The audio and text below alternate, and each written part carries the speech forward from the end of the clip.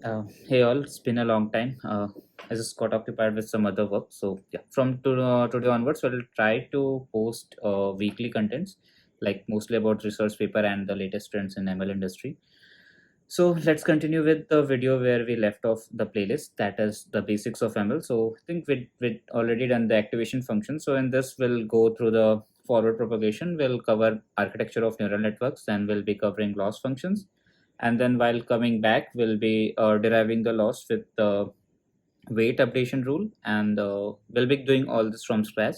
We'll be using PyTorch. I won't be using NumPy library because there are tons of videos out there regarding using NumPy itself. So we'll be covering everything in PyTorch, and then PyTorch, everything will be from basics. We won't be using neural network dot linear layer. We'll be coding everything from scratch. The derivatives too, we'll be deriving them, and then we'll be coding them into the PyTorch framework. So yeah, that's pretty much it. Yeah, we won't be covering the loss function in detail, like the mathematical foundations and the intuitions, because then this particular video will be get stressed out. So yeah, we'll be having a separate video regarding loss functions and all. But this is for the index for this current video. So forward propagation, loss function, derivative, and then back propagation, theory and code. That's it. So yeah, let's get started with the forward pass. So yeah, let's start with the architecture of the neural network and the forward propagation. So we'll be working with MNIST dataset. So our dataset will be MNIST. Pretty famous, pretty simple. MNIST is basically it contains images of 28 cross 28 cross 1 grayscale images, single channel. The image contain handwritten digits like 0, 1, 2, 3 till 9. And suppose if this is your ML model, you will give it an input of an image. Suppose it's written 1 over here, grayscale image, and the ML model should predict what was written in the particular image. So it should predict 1, basically a single integer. So this is pretty much your data set. So our architecture will be something like that. So what we'll be doing, we'll be flattening out 28 cross 28. So if you see this, uh, these are particular neurons 1, 2, 3 till n. So basically these are inputs. So 28 cross 28, what we can do, 28 cross 28, that is equal to, I think, 784. So 784 neurons will be there, and this 784 will be your inputs, and this will be your input layer. And then we'll keep on propagating. So these are the weights. We'll be discussing weights for now. Similarly, if you see this particular neuron, sorry, if you see this particular neuron, this one, so it has input coming out from here, then from here, then from here, then from here. So from all the previous layer, every layer is connected with each other neuron. So this is why we call it fully connected neural network. Fully connected neural network, so FCNN basically. This is your input, and similarly we'll be having layer. This is your layer 1, this is your layer, sorry, this is layer 0, this is layer 1, this is layer 2, and this is your output. So basically this y high hat, y2 hat, yk hat, what they're indicating is they're indicating the one hot encoding of your output, whatever you're giving. One hot encoding. Okay, so let's go with one hot encoding first. So we have 10 classes, right? We have 10 classes. Suppose 0, 1, 2, these are three classes I'm discussing. So 0, what I will do, I'll create a vector of 10 cross 1, 1, 0, 0, 0. This will be 10 cross 1 vector. So 0 will be coded like that. Then if you see 1, I'll be coding like that, 0, 1, 0, 0. This is again 10 cross 1 vector. So this is called one hot encoding. One hot encoding serves a very useful purpose. It's that it tells the neural network that each of these classes are independent of each other. So this is an what do you say, mathematical inference of one hot encoding, that why we use one hot encoding. So this basically whatever input we're getting, we'll be modifying in this such way. And if you give, this is, suppose this is my ML model, so this won't be predicting 1, it will predict something like this. This will predict 0, 1, 0, 0. It will predict a 10 cross 1 vector over here, and this will be your y1, this y1 hat, this will be y2 hat, and similarly this will be yk hat, which is written over here. So if my input contains 1, like I have given an image of 1, so this basically this whole should look like 0, 1, and then remaining all 0. And then in that particular case, in our particular case, k will become 10 because we are having 10 classes to predict. So this is how our architecture looks like. And then we have this cross entropy loss. So we'll be going on this, like what's written over here, yi log si. So basically what happens, like just an overview, you take this input and then you calculate the softmax of it. This softmax will give you a vector which we call s, and then we simply compute this particular loss. So this is s is the softmax probabilities of all this particular input. So why do we use softmax? Softmax basically it makes this a probabilistic distribution, because if you see the in reality what happens if your image is 1, so basically the output of 1 should be 100%, like with probability of 1, and the remaining should be of probability 0 for prediction. So that is a reality, that is the ground truth, but obviously we won't be getting something like that. So in general it will come like if you are giving input 1, so y hat will be something 0.0000 something small number. Y2, since it is 1, y2 will be something like 99 point, sorry 0.99 something, like the very high number. So we can max it out and then we can encode it, all those stuff. So that's processing layers, like not to go into a detail with that. So that's how our forward layer looks. Now let's go through the input architecture, like what this particular input means. Yeah, okay. So our this entire input is, we'll call it this matrix X, in which individual is x1, x2, xm. Xm is our m is our total training data. So what happens, suppose like you have 20,000 images. So I said that each of images of size 28 cross 28, right? So each image is of size 28 cross 28. If you flatten it out, we'll get 784. So like 20,000 images, each image is corresponding to 784 row vector, column vector.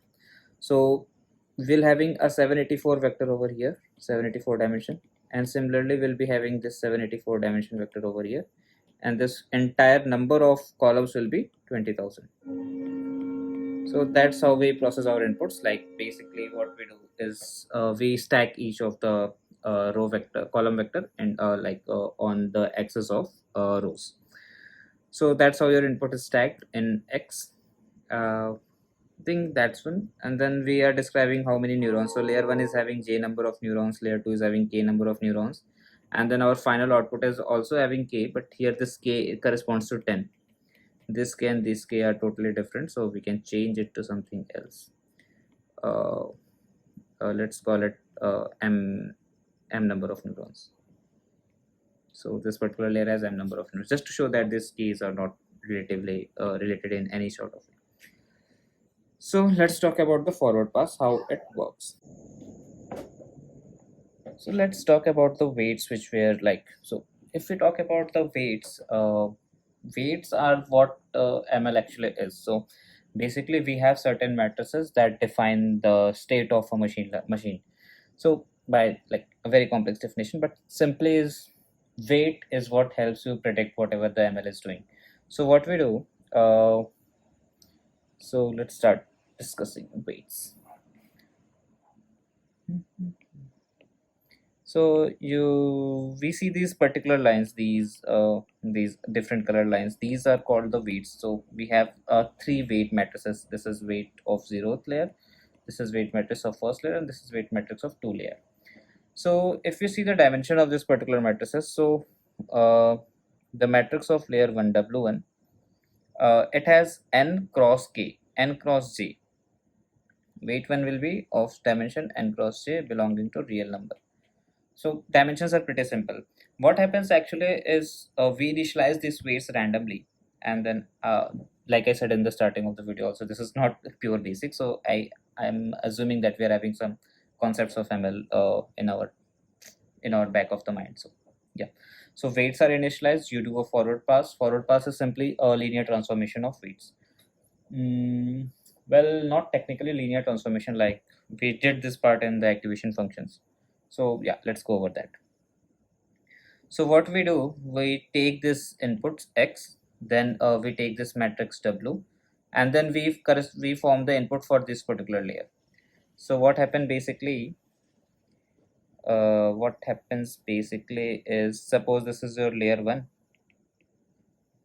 I have j neurons, and this is my x1, x2 up till xj. So these should produce some outputs, right? Then only we can provide these outputs as the input of the next layer. So how this particular output is produced, it's pretty simple. What we do, we calculate a z.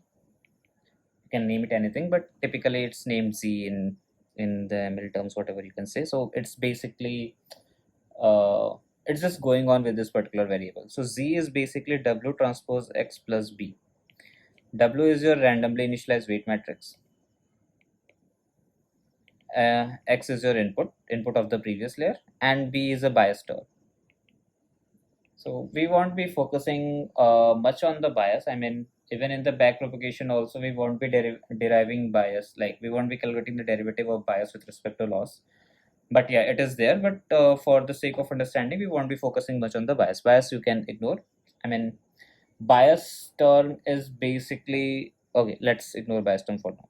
So WTX plus B. So your input X was, let's say, of some dimension n cross 1. In our case, n is equal to 784. So, and your weight matrix was of dimension, I think n cross j. Yeah, n cross j. Your weight matrix was of the dimension n cross j. So when you will do W transpose X plus B, it B dimension, you can figure it out. When you do W transpose X, so it will become J cross 1 cross n cross 1, and that is equal to J cross 1. So your W transpose X becomes of the dimension J cross 1, and then if you have to add bias, so bias should also be of the dimension J cross 1. Simple, pretty much matrix multiplication till now. So this is how you derive Z. So your Z will be coming out of dimension J cross 1. So if you see, there are J neurons over here, and we have a vector of dimension J cross 1. So J number of outputs coming out of each of the neurons. Now it's not done. So what happens, like as we discussed in the activation function video, if you keep on applying this particular linear transformation, for example, whatever output you are getting from here, you will provide as an input for the next layer. You will again do W transpose X plus B, like W and X will, W, X and B will be different for this time, obviously, and then you will move forward. So these particular linear transformation of a linear transformation is basically a linear transformation. So your model won't be learning anything. I mean, it will be able to learn linear boundaries, but not non-linear boundaries. So suppose if you have to learn this particular number 1, you have certain non-linearity over here. Suppose for 0, this learning 0 just because of linear transformation, it's not possible, because there are no linear boundaries over here to learn. That's why we use activation functions. We have discussed this all things into the activation function video, so you can go and watch it. So when you are getting Z of dimension J cross 1, you apply an activation function on Z, and this we call as activation value. So basically what happens, you take X, you calculate Z, you apply F, and then you get A, and here you take W comma B. You take X, W transpose X plus B, you get Z, Z activation function, sigmoid, tan H, whatever, and then you get A. This A will serve as an output for the next layer, I mean input for the next layer. So basically what's coming out of here, if you can divide this particular thing into two parts. Here you are calculating WTX plus B, and then in the next part you are applying an F on Z, and then whatever output you are getting, you are passing it as an input for the next layer. So that's pretty much for forward propagation. I mean, that's what we do in forward propagation. You will be continuing this till here, and then you will be getting yi hat, y2 cap, pi cap. All these values we are having. Now comes the calculation of loss. So our loss is basically, if we talk about the cross entropy loss. So cross entropy loss, it comes from the context of information theory. Information theory, there are two things which brings up the cross entropy loss. The first word is the entropy itself, and the second one, I suppose, it's information content. Yes, it's information content. I see. So we won't be discussing these two, as it will stretch out the video, like what these actually means. Simply we'll go with the formula, how the cross entropy loss is calculated. So what we are having at the end of the forward path layer, y1 cap, y2 cap, up to yk cap, where k will be 10 for our cases, because we are having 10 classes. Now what happens is, Yeah, so we'll calculate the softmax. Softmax is basically it forces the output in a probabilistic distribution, like the summation of all this. Summation k is equal to 1 till 10 y I y k cap. It will come out to be 1 if you apply softmax. Pretty simple. What it does that it will, so if you apply softmax over here, it will again produce a vector of same s1 s2 up to sk, where s1 will be simply e raised to the power y1 cap divided by summation k is equal to 1 till 10. I'm assuming k is 10 over here. E raised power yk cap. Basically, if I explain it simple terms, if you have 1, 2, 3, 3 cross 1 row column vector, and you have to calculate the softmax of it, it's basically it will come out to be something a b c, where a will be e raised power 1 divided by e raised power 1 plus e raised power 2 plus e raised power 3. B will be e raised power 2 divided by e raised power 1 plus e raised power 2 plus e raised power 3, and C will be e raised power 3 divided by 1 plus e raised power 2 plus e raised power 3. This is basically softmax. So we'll calculate softmax. We apply softmax for this layer, and then we get all these particular k values. Now what happens is we have to calculate the cross entropy loss. So cross entropy loss is basically for this particular row. If I calculate cross entropy, it is minus y I log si, which is basically minus y1 log s1. Now you see this y1 is not same as y1 cap. Y1 is the actual value. We created a one hot encoded vector. So for example, if we have given this particular ML an image of 1, so its y1 will be basically this 0 1 0 0 10 cross 1. So this is your y1 basically. Y1 is actual value, and s1 is your softmax. So to get the total loss, which we sum all of these. Sum I is equal to 1 till k is equal to 10 minus yi log of si. So this is how your cross entropy loss is calculated. Now there is a pretty good intuition behind this, but again, due to the stretching out of the video, we won't be covering this because we have to go more into this. So this is your loss, and calculation of loss, this is what your forward propagation does. So starting from input till going from the calculation of loss, this comes under the forward propagation. Now, how do we update the weight? So what we'll be doing, this forward propagation is done. We'll be coding forward propagation in PyTorch, and then we'll be coming back to back propagation. So in this way, we won't be just covering theory, and theory. So it will be theory, code. That's it. So this is how your forward propagation is done. So this entire going forward by the name, going from here till calculation of loss, it's the part of the first module, that is forward propagation, and this is one of the simplest form. The real challenges lies in understanding is when we derive this particular things with respect to the weights. So in that also, the first derivation comes out to be pretty tricky, which is derivation of loss with respect to the weight of the last layer. Once we get to that, everything becomes very simple. So just to summarize what we have done till now, so let's start with x. We used weight of layer 1 to get z1. Then we use f. F is any activation function. Like, yeah, for the sake of simplicity, we'll be taking f to be tan h for both the layers. So you can basically f to get the a1, and then we'll use w2 to get z2, and then we'll again use f to get a2. Simple. And then what we'll do, we'll use w3 to get z3, and after getting z3, we won't be using any activation function. We'll be using softmax to get a3, and then we'll apply cross entropy to get loss. So this is our workflow, how we have done till it. You can use weight 1, bias 1, weight 2, bias 2, weight 3, bias 3. Yeah, bias 3 we ignore it for now. So this is how. Now these are the two activation functions applied. Softmax, we can call it as an activation function, but yeah, I mean, you can call it, but yeah, it does pretty much nothing. It's just the main purpose of softmax is to bring the entire classes into the probability distribution of one. And why it does that relates with why we how we calculate cross entropy. So just a bit of cross entropy is similar to KL divergence. Uh, Again, we'll cover all this in another video.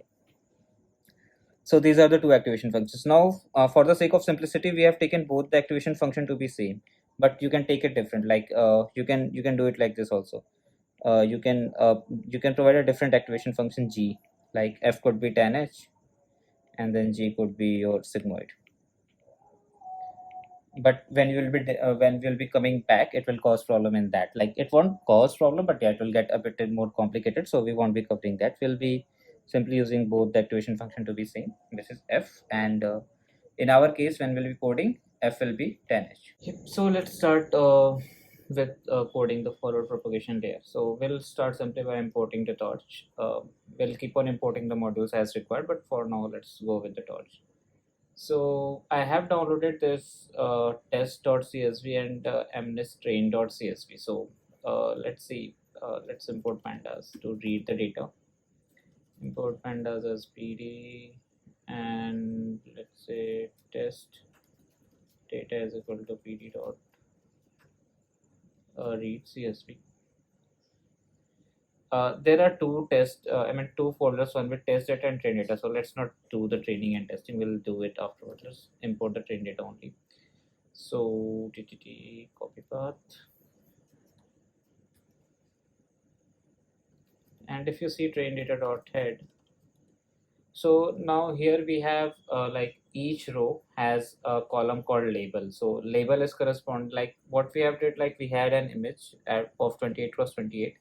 So basically what we did is suppose that if you have this image of 28 cross 28, what I have done, I have multiplied it 784, I have flattened it out, and we have created a new data set. The data set will have a column of label that will say what the image is corresponding, let's say 5, and then it will have 784 extra columns, I mean different columns that will indicate each pixel value. So if you see over here, this 1 cross 1 says what was the pixel value of 100. So mostly of 0 because it is a grayscale image. Just to see how that is look like, let's do something like label is equal to train data at label, and then what we can do is we can drop this particular column. Train data is equal to train data dot drop columns is equal to label, and then we can take the first record and see how does it look like. So for taking the first record, you can do something like array is equal to train data dot ilog, and we are taking the first record, like we're taking just a sample example, how does it look like, and then we can convert it to numpy. Let's do this, and if you see label, so label will be your entire label. So we have 60,000 images. The first image correspond to 5. Like if you if you display the first image, it should display something, it should look like something 5. And if you see the array, so it is something like this. So you see here there are certain pixel values, like most of them are zeros, but there are certain pixel values. Now what we can do is to show it as an image, we have to reshape it. So we can reshape it to 28 cross 28, our original image, and let's import matplotlib. Import matplotlib dot pyplot as plt. And then we can import this thing, and then what we can do is we can say plt dot im show array. See, so this is how our dataset look like. So it looks like a bit of 5. So yeah, that's what our model should be able to predict. Now let's go with the forward layer. So for forward layer, we'll start with the activation function. So we were working with tan h activation function, and this particular formula, oops, my bad. This is the formula for tan h, and we'll be coding that. I think, yeah. So this is not this. This is, sorry, e raised power beta x minus e raised power minus beta x, and then e raised power beta x plus e raised power minus beta x. So this is something like this. We'll be coding this. So let's start with this particular formula. So def tan h, what do we need? We need, there are two variables over here. If you see, there is a beta and then there is an x. X is our input, so we can say it x, and it will be torch dot tensor. And then we'll be having a beta. Beta is an hyperparameter, so by default we can take it as 1.0. Let's torch dot float is equal to 1.0. By default we can take it as 1.0. Let's speed that, and then it will return your torch dot tensor. I guess it's right. Yep. Oh, this is not. Oh, this is a function tensor. Should be something like this. Yep. So this is a type of torch. So that's how we type. I think float is also not a type. This should be float 32, I guess. Float type. Yep. Now it looks. Now what we have to do, we have to calculate the numerator. So if you see the numerator, it will be something like, what you have to do, you have to take e raised power torch dot exp beta into x, beta into x, and then you have to subtract torch dot exp minus 1.0 into beta into x, and then you can simply say denom. Denom will be torch dot exp exp beta into x. This is the same thing, just we have to add a plus sign in between. And that's it. We are done with our this. Now activation function is done. Now we need to initialize the parameters. So initialization, we can do two things. Like when I was trying it out, if you use a random initialization, it gives you nan value. So okay, well, we'll see if it gives nan value or not. So let's start with random initialization only. Let's write a function def initialize weights. Initialize weights. For initialization of weights, you need two things: input size and output size.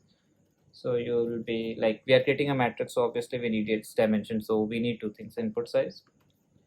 It will be an integer, and then you'll be having an output size that will be again an integer, and it should return what it should return. Your weight matrix will be a torch dot tensor, so it should return a torch dot tensor. Now in PyTorch we have certain commands that simply initializes everything with the gif and defined sign. So we'll be using a normal initialization. So by normal initialization I mean standard deviation 1 and mean 0. So we have something called torch dot normal. By default it's asking for mean and all, so we want okay, let's start with random, or let's do this torch dot normal. Okay, what it is asking? It is asking mean and standard deviation. So our mean will be 0 and standard deviation of 1.0, let's say 1, and then there should be something of size. Yep, size equal to input size comma output size, input size comma output size. So this is your weight, and then simply you can initialize bias, also the same thing. Now if you remember, when we are initializing bias, so bias is always a column vector. So where was it?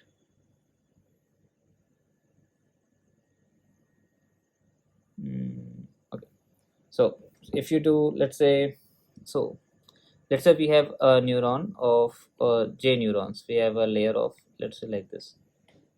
This is 1 2 up till j. So and its input x is coming from n. So our weight matrix will be of dimension n cross j. The bias is simply when you do w transpose x, you get something j cross 1. So j cross 1 will be a row vector like j cross 1, and then you add something over here. This is your bias. So bias will be always of dimension j cross 1. J is your output size of weight matrix cross 1. So it's always a row vector. So that's how bias works. So for bias, output size will be always 1 and input size will be always output size.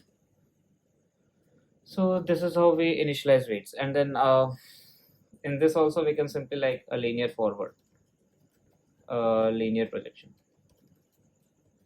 Linear projection is this part. If you see, linear projection is this part. When we do W transpose X plus P, this is to calculate Z. So we do this. So this is called linear projection of X onto Z. So that's the linear projection part. So let's do this. For this, we need weight. Weight which will be a torus dot tensor, and then we will be using bias, which should be again a torus dot tensor, and then we'll be using X, which will be again a torus dot tensor, and we'll be returning Z, which will be again a torus dot tensor. So it's simple matrix multiplication only. So what we have to do, so W transpose X plus P. So basically you take W transpose X. So let's first calculate projection. Projection is equal to torus dot matmul. There is a difference between mul and matmul. So if you do a mul, it does an element wise multiplication, but we are doing a matrix multiplication, so we have to use matmul. And then what we can do, we can multiply torus dot transpose of not weight, and then the second parameter will be our X. So this is your projection there, and then you can simply return torus dot. Now again there was a concept of sum. So when you will use add in linear projection, like something like that, when you'll do projection plus bias, so bias term we are adding, so we can normally use this plus add, but there was a trick over here. I mean, not the trick, there was a fault when I was coding it. So this plus need to consider the dimension. So if you have something like this, like 784 cross 1, and then you are adding something like 784 cross 1, then it will work fine.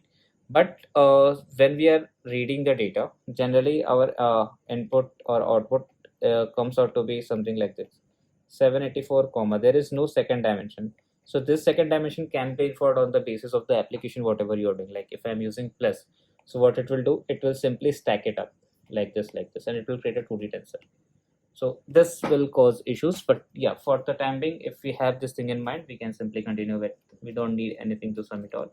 We can simply do projection plus bias. So that was something which I fell on while coding this part. So just nothing more important. So W transpose X plus B, this is it. Now what we have to do, we have our initialization ready, we have our weights ready. Now we can write a forward pass. Forward pass. What does forward pass will do? For forward pass, we need an input. Simple. X torus dot tensor. What else do we need? So in our architecture, we have 3 layers. So we'll be needing weights. So weights will be a list. Now this weights will contain the weights matrices of all the 3 layers, and then we'll keep on updating it. So weights will be a list, and then bias will again be a list, and forward pass will return, it will return technically a list, because we'll be calculating z a1 a2 z1 z2 all at each of the layer, and these z1 activation value and the z values, these need to be returned because we'll be needing them when we'll be calculating our backpropagation derivatives. So for the time being, we can use simply to return a list, or it can be a simple tensor itself. Like it's not a big deal to return both of them at the same time. So let's say it returns torus dot tensor. So this is returning torus dot tensor. Okay, this is it. So when will be let's first extract the weights. So w1, w2, w3, this will be simply our weights whatever it's giving, and then b1, b2, b3 will be bias. So now basically it's coming a list of three. I have split it out into three different elements. Now what we want is z1. Z1 will be what? Z1 will be linear projection of weight will be your w1, bias will be your b1, and then input will be simply our x whatever we are giving. Then we need to calculate activation function. Activation function will be simply tan h of z1. So this is our first layer completed. Simple. And then you can simply calculate z2 and z3 as well. Okay. Now z2 will be linear projection. We'll be giving it w2, then b2, and here we'll be providing it with a1. And then simply here a2 will be tan h of z2. Good. Now here we'll be calculating z3. Z3 will be w2, w3, b3, and a2. Now if you see, we don't really need activation function of 1, because in our architecture, if you see, this is 1, this is 2, and this is 3. 3, this is your third layer. This is the z values of third layer.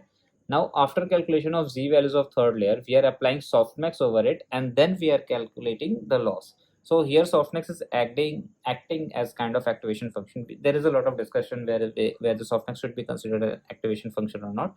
But here, after calculating the z value, we are not applying tan h. So tan h is applicable how many times? 1 times, and then 2 times. So 2 times we have applied tan h, our activation function, and then here we'll be applying softmax. So we'll be handling all those stuff into the loss function. So I won't be applying any activation function over here. We'll be simply returning it. Return what? Z1, A1. Do we need Z1, A2? Yes, we'll be needing it. Then Z2, then A2, and then Z3. So these all things will be returning from here, and this is how our forward propagation layer is done. Now, okay, sorry, we haven't returned weight and bias over here. Return weight, comma, bias. Okay, and also we have just only tan h. We have just completed it. We haven't returned anything. Return. We can simply return numerator divided by denominator. Simple. Or we can, for handling something, we can use translator. Numerator, comma, denominator. So we are done with this. Now our forward layer is done. I don't think we need anything else over here. What we can do, we can use an initialization and check it out if everything is working fine or not. So let's say we are creating a random tensor. A is equal to torch dot rand, but we need to initialize the matrices. Okay, what we can do, we can do something like this: w1 comma b1. b1 is equal to initialize weights. Input size will be 784. Let's create a simple network. 784 cross let's say 64. Cannot make. Okay, it is like this. Weight comma bias. w1 b1 done, and then we can create w2 b2. Let's make it initialize weights of input size will be now 64 cross something. 64 cross, let's get it to 16, and then we can do w3 comma b3 is equal to initialize weights of 16 comma or final output 10. So now we have w1, w2, b2, v3, and then we can just check it out if the linear projection is working or not, just to see how it done. If we don't get any error, it's good. If we get, we have to debug it. Our input we haven't defined, so input, let's define input first. Our oh sorry, okay, z1, a1, z2, a2, z3. Let's see, input val will be something torch dot rand. Input size will be our 784, which requires 784 cross 1. This is a vector. Now we can do simply input val, and what else is needed? Need weights and bias. So w1, w2, w3, and then we can pass it b1, b2, and bp. So we are getting an error. And projection is equal to torch dot matmux torch dot transpose weight comma x.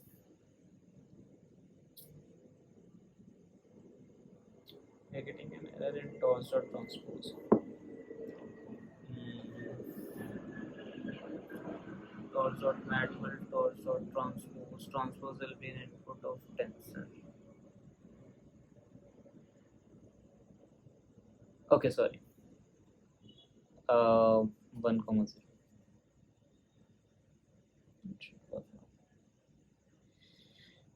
Again, no, we are not.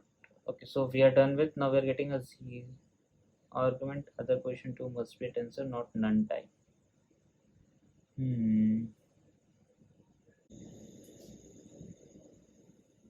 Yeah, so I found out what's the mistake over here. So see, that's something which is related with initialization of weight. So what was happening is, when you're initializing this weight using torch dot normal, so basically what you're doing is you're doing matrix multiplication, w transpose x plus v, that will give you a vector of some element. So what was happening is, basically this is one thing which I stumbled upon many times.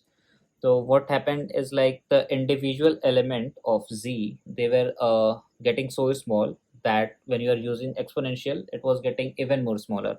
So what was happening is, tan s was returning you a none value. So when you're applying activation function, it was returning none. So basically it's vanishing gradient, what we call, what happens in large language models also, but here we are not calculating gradient, it's just a anomaly of it. So we are vanishing the values while doing the forward propagation itself, so that you're not giving anything to the next layer. So that was what the error. So to avoid that, we use certain techniques of initializations, like we have Xavier initialization, we have gaming initialization. So like currently, if you see, I haven't changed the code a bit, nothing, I haven't changed nothing. But if I rerun the code, it should work fine. So this time it worked fine, because we are using a normal initialization, so some random values, this time the values might have worked fine, so that our gradient wasn't vanishing. The other time it didn't. So this is what something to do with initialization problem, but now we are good to go. I mean, what we can do to make it more robust is do something like this: 2 divided by input size comma output size, and same thing over here, 2 divided by input size comma. So basically what we are doing, we are changing the variance of this normal initialization according to the number of layers, input size plus output size, according to the number of neurons, number of elements we are having in the particular matrix. So if these elements are large, so this variance will be small, so that we pick certain values close to 0, so that our gradient doesn't explode. So these derivations will be seeing in some other videos of Xavier initialization, like why is it such. So there is a proper derivation for that. So we'll be seeing Xavier initialization in some other videos, but yeah, for now, our forward pass code looks good.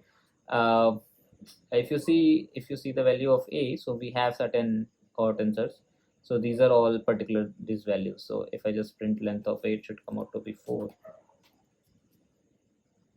5. Sorry, yeah, 1, 2, 3, 4, 5. 5 elements are getting returned, and we'll be using all of these 5 elements while computing the gradient, while computing the derivatives, also called the gradient, and then updating the weight. So basically what we have done, we have initialized the weight, we have done a random a single forward pass. Then what happens, basically you tweak these weight matrices as per the derivatives, whatever you are getting during backward pass. So you will keep on updating this weight so that your loss get minimized. So that's the whole gist of machine learning. So you have certain weights over here, certain weights, and then you calculate the loss. Then you see the relative what you can say, what's the impact of, okay wait, what's the impact of this particular loss over this entire loss, what's the impact of this particular weight over this entire loss. So you calculate the slopes, and then accordingly you then start changing all these weights. So these weights gets updated in such a way, you'll change the weight, you'll get some new weights, then you will again do the forward pass with the same with the new updated weights, you'll get some loss, then again you will take out derivatives, you will start changing these weights, you will do a backward pass till here, then again all these weights gets updated, again you do a forward pass. So the idea is you keep updating the weights unless your loss come to a minimal value. That value could be that value is again a hyperparameter you have to tweak, but we want this particular loss to be as minimal as possible given certain set of weights. So that's the entire gist of any ML model, whatever we'll be doing.